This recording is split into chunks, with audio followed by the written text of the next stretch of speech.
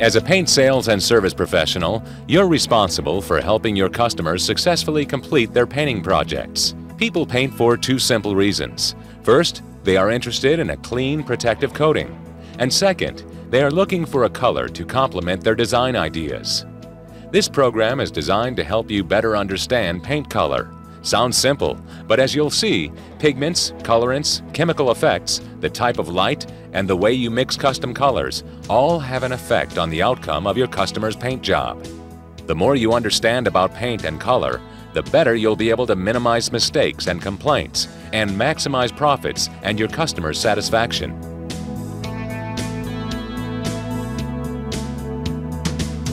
To understand how color works, let's begin by looking at three attributes of any color: hue, value, and chroma. Hue is the basic colors such as red, blue, or yellow.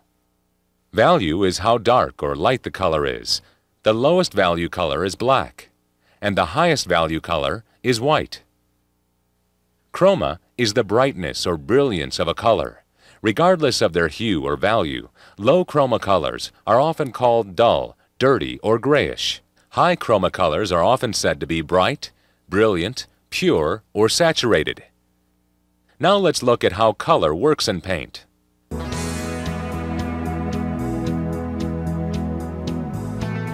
Color is added to paints and stains by adding a concentrated liquid called colorants. The preparation of colorants begins with pigments. All pigments are fine-grained powders with a consistent concentrated color. Pigments are processed intensively with additives, water, and other liquids to form universal colorants. These universal colorants are designed for use in water-based and solvent-based paints and stains that are manufactured to accept universal colorants.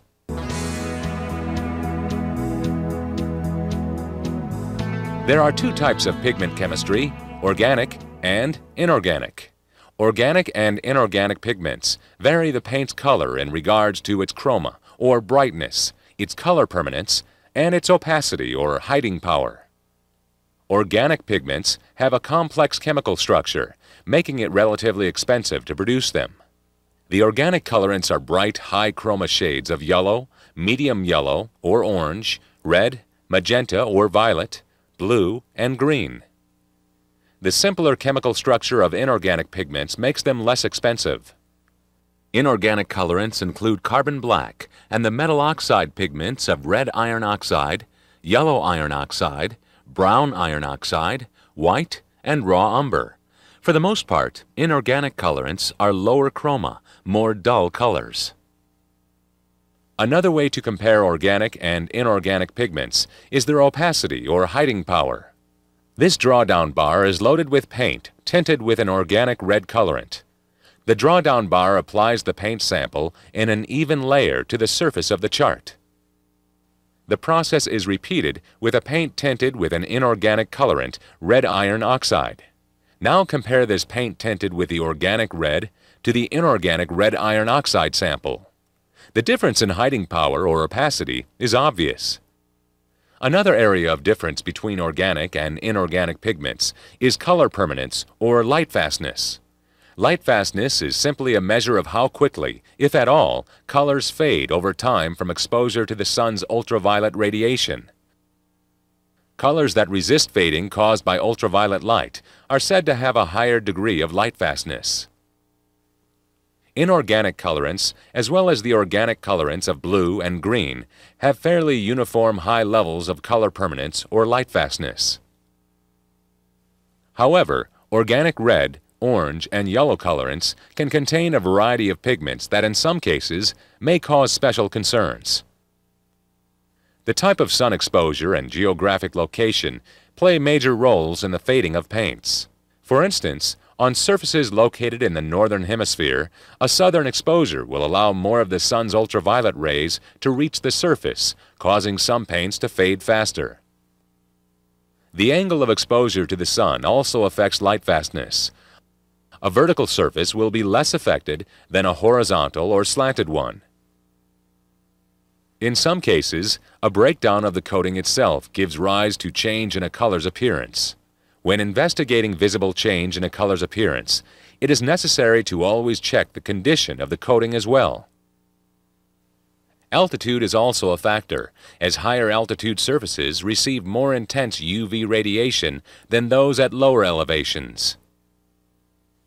Surrounding buildings, trees, and other sources of shade will reduce exposure to the sun's ultraviolet rays and thereby slow down UV degradation of the color. A particular symptom of this problem is differential fading.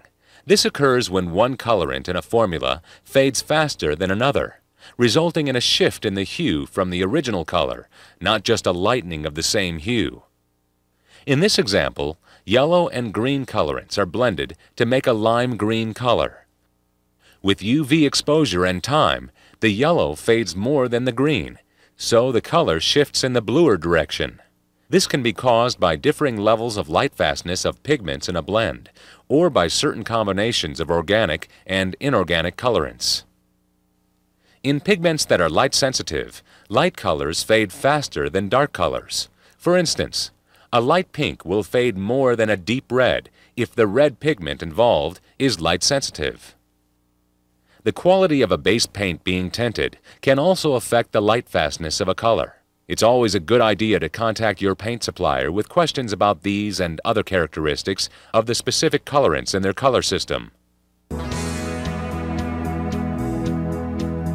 Various chemicals can also have a negative effect on coatings and their pigmentation.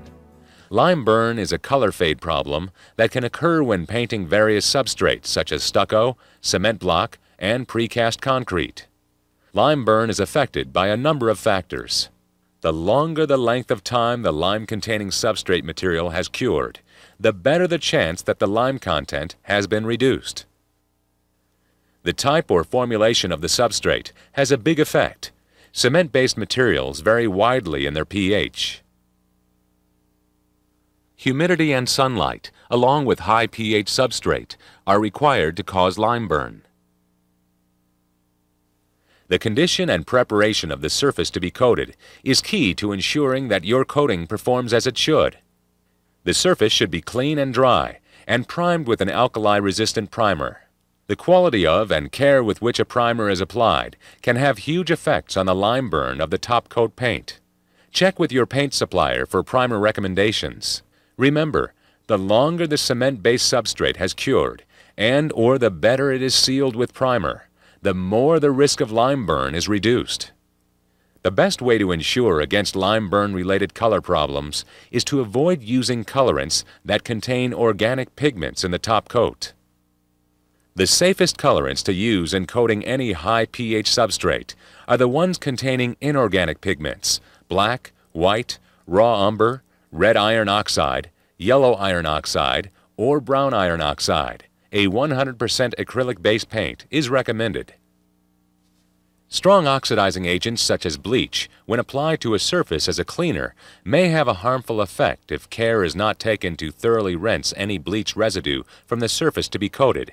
The same caution applies to cleaning the top coat of a previously painted surface. Magenta and blue are sensitive to oxidizing agents. Keep this in mind for jobs that may involve bleach for cleaning.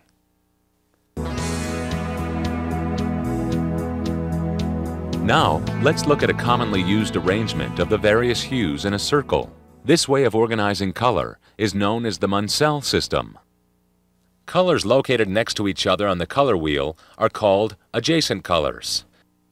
Colors located across the color wheel from each other are known as complementary colors.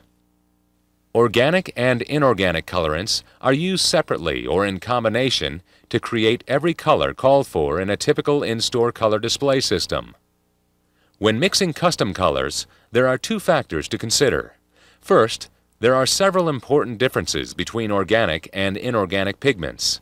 Second, there is your choice of colorants to combine to create the correct color. It is important to consider the cost factor of inorganic and organic pigments when formulating colors. For cost-efficient color mixing, maximize the use of less expensive inorganic colorants and minimize the higher-cost organics. It's best to use only the minimum amount of organic colorant necessary to get the chroma of the color needed. For example, if you're blending the organic colorants of bright red and magenta, and your target color is a more dull, grayish or greenish looking, resist the temptation to add green colorant to the blend. This combination is guaranteed to have a higher cost and lower opacity than a color made with only 2 adjacent organic colorants and black or raw umber as the third colorant to impart the dullness needed. Using black or raw umber colorant instead of green results in greater opacity and lower cost. Let's take a harder look at cost. Here are 2 very similar samples of gray. One is formulated with organic red and green. The other made by mixing the inorganic colorants of black and white. It's hard to tell them apart, isn't it? The bookkeeper can tell the difference, though. The inorganic colorant in this quart of paint cost 18 cents to formulate, compared to $1.16 for the organic colorant. 2 simple rules when formulating colors are: 1. If you find yourself in need of using more than 2 organic colorants, start over. And 2. When using 2 organic colorants, be sure they are next to each other in the hue circle. For example, blue and green, or red and magenta.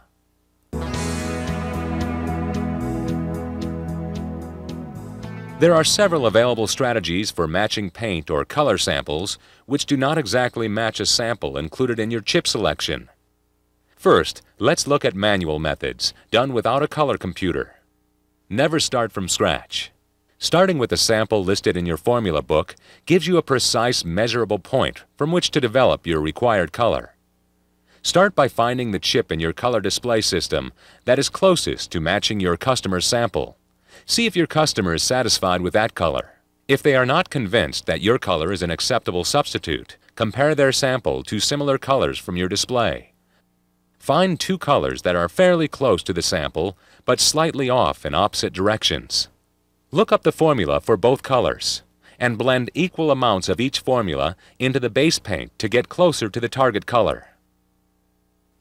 Another way is to average the color by taking 2 times the quart formula for the sample on one side of your target color and 2 times the quart formula for the chip on the other side of your target color, and tint them together in a gallon of base paint.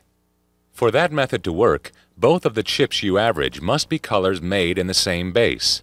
If you can't locate a pair of chips from the same base that your target color is between, then try the following method. Go to the display rack and choose a chip that's as close as possible to the target color, but on the lighter value and higher chroma side, a lighter shade and more brilliant. This will provide a logical starting point. You will add colorant to modify this formula to bring the color match closer to the target color.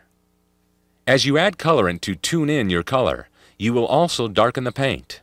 It's much easier to start with a lighter shade, adding colorant to darken it, than trying to make a darker color lighter. If your target color is an intermediate red, pick a red with a slightly brighter, higher chroma and lighter, higher value. Add inorganic red iron oxide, or brown iron oxide, or maybe black to tone it down to match your target color. Remember, it pays to minimize the use of organic colorants.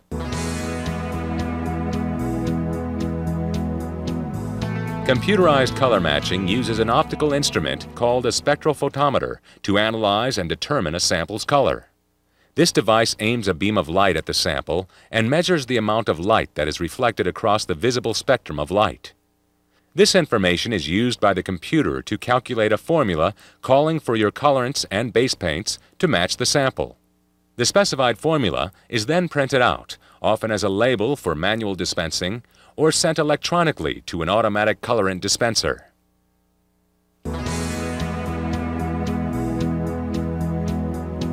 At this point, we've looked at paint and color in regards to organic versus inorganic pigments.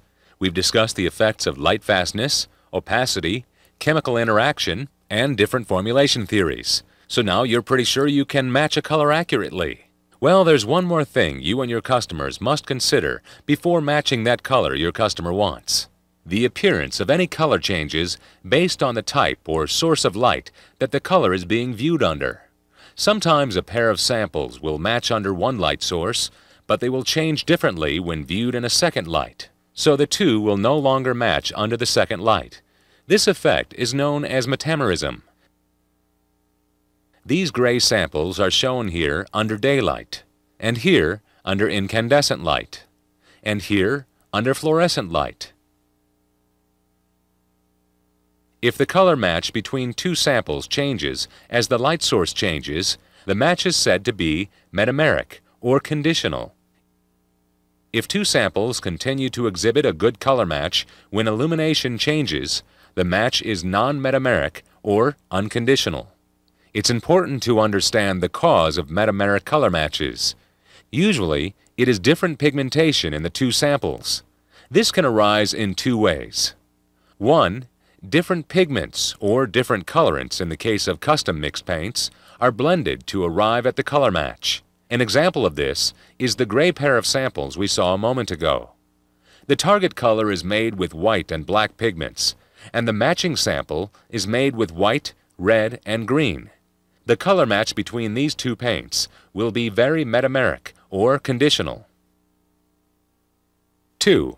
Differing pigmentation is often unavoidable when dealing with differing types of colored items, such as paint versus ceramics, fabrics, plastics, inks, etc. Therefore, metameric color matches are very common when comparing paint to a non-paint target color.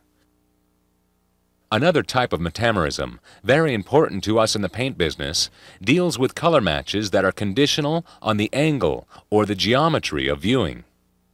For example, there is a perceived difference in the appearance of a given color formula when it is mixed into base paints of differing gloss levels. The explanation is related to how a mirror works, by reflecting light at the same angle as the light striking it. Light reflected this way is called specular reflection. Specular reflection occurs when the surface being illuminated is highly glossy, for instance, a mirror or a high-gloss paint. As that gloss drops, more of the light that is reflected goes off at diffuse angles, and less is reflected at the specular angle. So when comparing two samples of differing gloss or sheen, the angles at which the samples are illuminated and viewed can be critical. In most cases, holding the samples in a way that eliminates the specular reflection from view is the most meaningful way to compare the colors. If, on the other hand, the specular reflection is included in what you see, it will make the glossier sample appear to be lighter.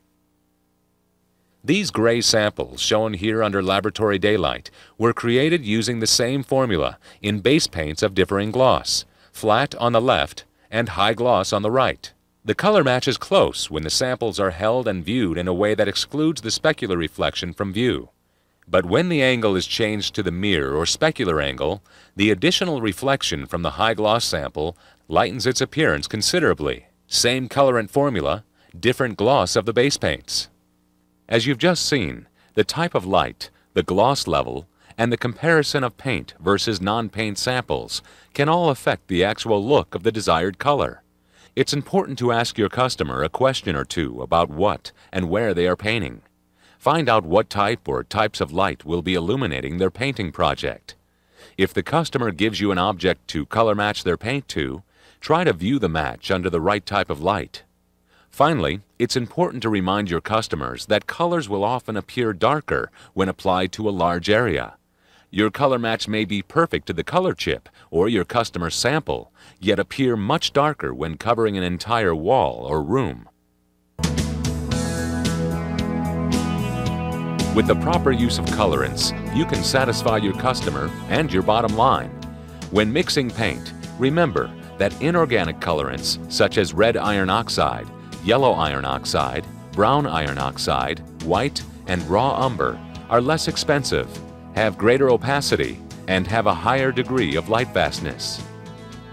Organic colorants, such as the brighter shades of yellow, orange, red, magenta, violet, blue, and green, are more costly. They have a lower opacity, and in some cases, a lower degree of light fastness. Remember to try to use inorganic colorants when you are mixing paints. Color will appear different depending on the type, condition, and location of the surface. Lighting conditions, and even the size of the area to be covered, will affect the color, so it's a good idea to discuss the painting project with your customer. And remember to refer to the container labeling when explaining product attributes or answering your customer's questions. When you take an interest in your customer's project, you're building the success of your business. Success means happy, satisfied customers that you can expect to see the next time they need a helpful and knowledgeable paint professional.